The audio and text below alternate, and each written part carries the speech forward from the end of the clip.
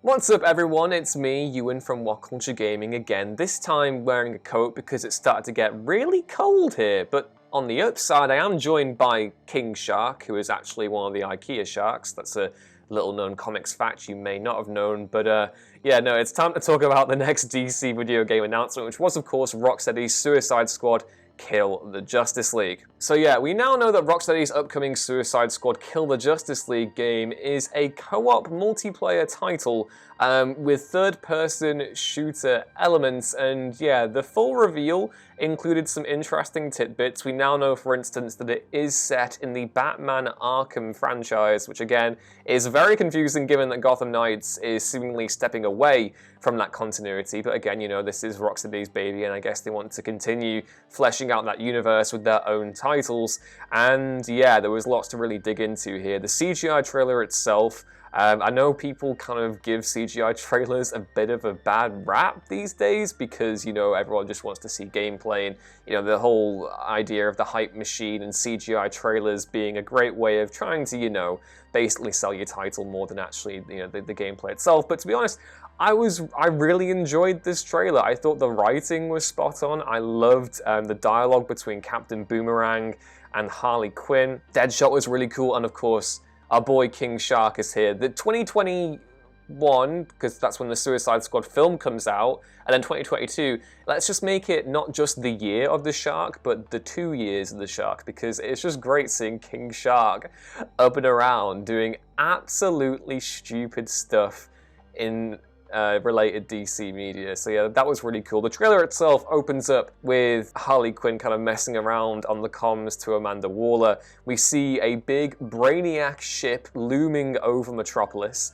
And as the squad are just basically lazing around trying to avoid doing any hard work in the city, Amanda Waller reminds them that they know that, you know, they have these implants in their heads. It's the whole thing with Task Force X. If they don't do what Amanda Waller says, they get their heads exploded. We then get treated to some combat between all the different squad members. And you know what? This isn't actually gameplay itself. It is interesting to me seeing how it could be representative of gameplay. You know, we see them all swinging around. Motion looks quite fluid. They've given Deadshot a jetpack, which is an odd choice in my mind.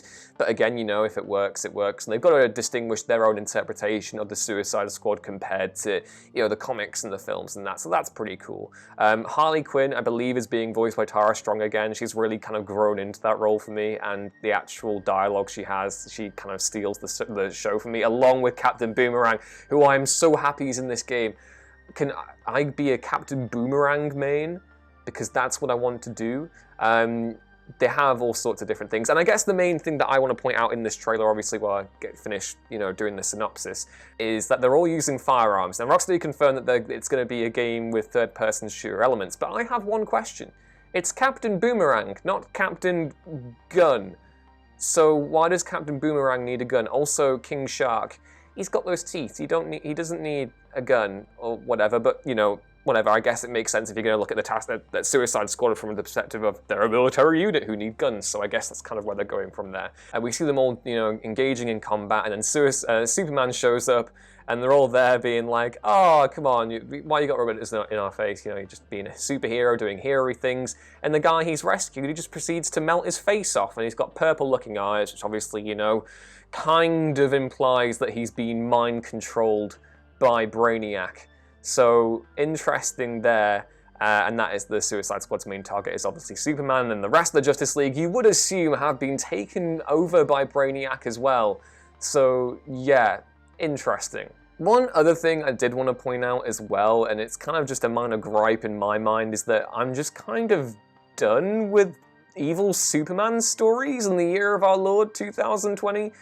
We've had so many of them right now, and I think one of the things that I've been craving for most recently is a good, happy, bright, fun Superman, you know, comic, experience, game, film, whatever. I really, really kind of want that, and to see them kind of go down, not the Injustice route, because obviously, you know, that was a Superman that was very much in off the deep end, but to have him be mind-controlled and killing civilians is pretty sad, but again, you know, it looks fun. That's the main thing. It looks fun. I like the idea of teaming up with a bunch of assholes in the Suicide Squad and, you know, going out your way to basically take down these do-gooders who are now worse than they are. So that's pretty interesting in and of itself. And I'm curious to see how the gameplay works as well, you know. I think a lot of people will probably be divided by the fact that it's a co-op title. But to me, again, I am very much of the opinion that when I was playing the original Arkham games, one of the things I wanted to do the most was to play them with other people. And I like the idea of being able to suit up with the Suicide Squad and do that. Obviously, you know, there is mixed opinions going into the Avengers game currently, and whether or not that's a good thing.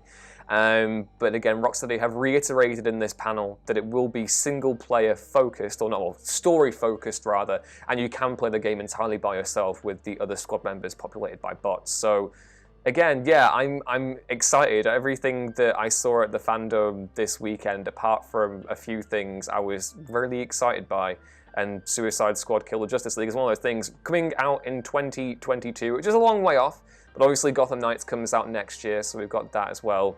And yeah, I'm just very much intrigued by it. I'm looking forward to seeing what Rocksteady have in store, and whether they can make the third-person shooter elements integrate well enough, because I'm kind of mixed on that front, but, you know, we'll see. And yeah, I guess this kind of makes sense to end the video on this note, because to me, Gotham Knights and Suicide Squad, for better or for worse, signals a change of intent for me from WB Games, the publisher.